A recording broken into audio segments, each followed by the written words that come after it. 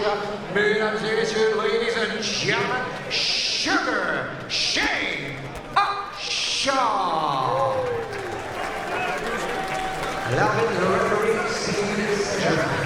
Alors, Sébastien, on a un deuxième Sugar. Absolument. Écoute, on va avoir de l'action. Combat poids lourd. Shane Upshaw qui s'est battu, je pense, aussi léger que 154 livres. Et s'est ensuite monté chez les Cruiserweight, donc chez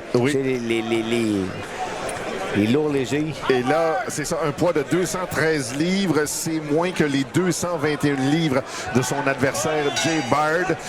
Upshaw qui concède également 4 pouces en hauteur à Bard. 2 pouces également qu'il concède en portée. Les deux boxeurs qui sont sortis gauchers. Exact. Surprenant. Bard qui aussi...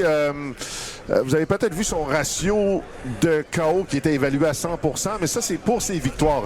Il avait commencé sa carrière avec 4 défaites, mais par la suite est revenu en force. 7 victoires, 7 KO. Il s'agit de son deuxième combat pour le boxeur de la Colombie-Britannique à la culotte blanche, son deuxième combat en 2024. Sa dernière victoire remonte au mois de février. C'est un KO au 6e round, évidemment. Oh, là qui revient en force.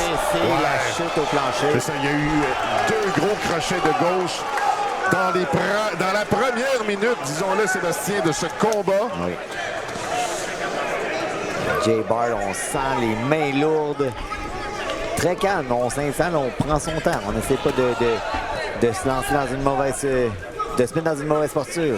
Upshaw, 43 ans. Ouais, Upshaw, 35 ans, puis lui, on peut pas dire qu'il est rouillé, là. Son dernier combat, c'est au mois de juillet seulement. C'est une victoire par KO. Voilà. Deuxième chute au tapis, alors qu'on a 1 minute 15 d'écoulé au combat. J'ai pas l'impression qu'on va relancer l'action du côté de l'arbitre Steve Saint-Germain. Et voilà. Bonne décision. Oui, parce que on avait déjà 2 chutes.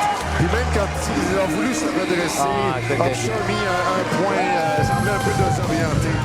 Ça lui fait donc à Jay Bard une 8e victoire par KO consécutive à ce boxeur de Colombie-Britannique qui est âgé de 43 ans. C'est lui qui était accompagné tout à l'heure par John Elroy Fruto. Alors, c'est pas tout perdu ce soir pour les boxeurs de la Colombie-Britannique. On a une fiche d'une victoire, une défaite. On a vu Fruto, justement, qui est à la droite de l'image avec les ceintures, avec les frères Grant aussi qui sont là, tout près. Écoute, on a senti beaucoup de puissance du côté de Bayard. On n'a pas beaucoup de poids lourds présentement au Québec. Malheureusement, écoute, on manque d'activité à ce niveau-là. Donc, ça nous fait un boxeur explosif pour donner un bon spectacle. Spectacle court, mais bon. Sébastien, ça a été une carte jusqu'à présent très intéressante, très nivelée, des combats qui ont été à la limite. Là, ça ne franchit pas le premier round. Ce qui ne veut pas dire que sur papier, c'était pas un combat qui s'annonçait inintéressant. On avait 2 boxeurs canadiens qui avaient dépassé un peu la fleur de l'âge. Je crois que c'est des poids lourds. On peut se battre encore tardivement. On peut se le permettre, exactement. Fait que, on aura essayé. Et puis, malheureusement, Upshaw n'était peut-être pas... Exactement. Puis écoute, peu importe l'adversaire, Jay Bard a montré qu'il avait cette puissance-là. Donc, écoute, on devra le respecter à l'avenir pour les prochains adversaires. J'ai hâte de voir si ce sera encore à Montréal. Exactement. Ça demeure intéressant parce qu'il n'y a pas beaucoup de poids lourds, mais il y a des poids lourds intéressants. Exactement. La puissance est là. On va comme ça être frustré par la situation. 1 minute 27 seconds of the very first round, but the winner by knockout and still always Canadian champion, Jay Bard.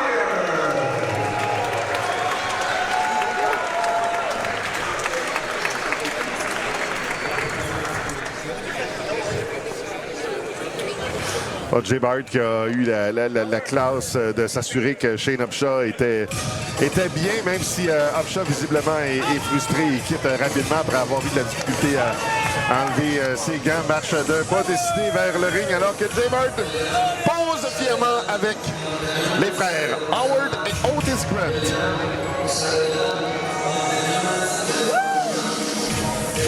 combat était prévu pour une durée de 8 rounds. Alors, on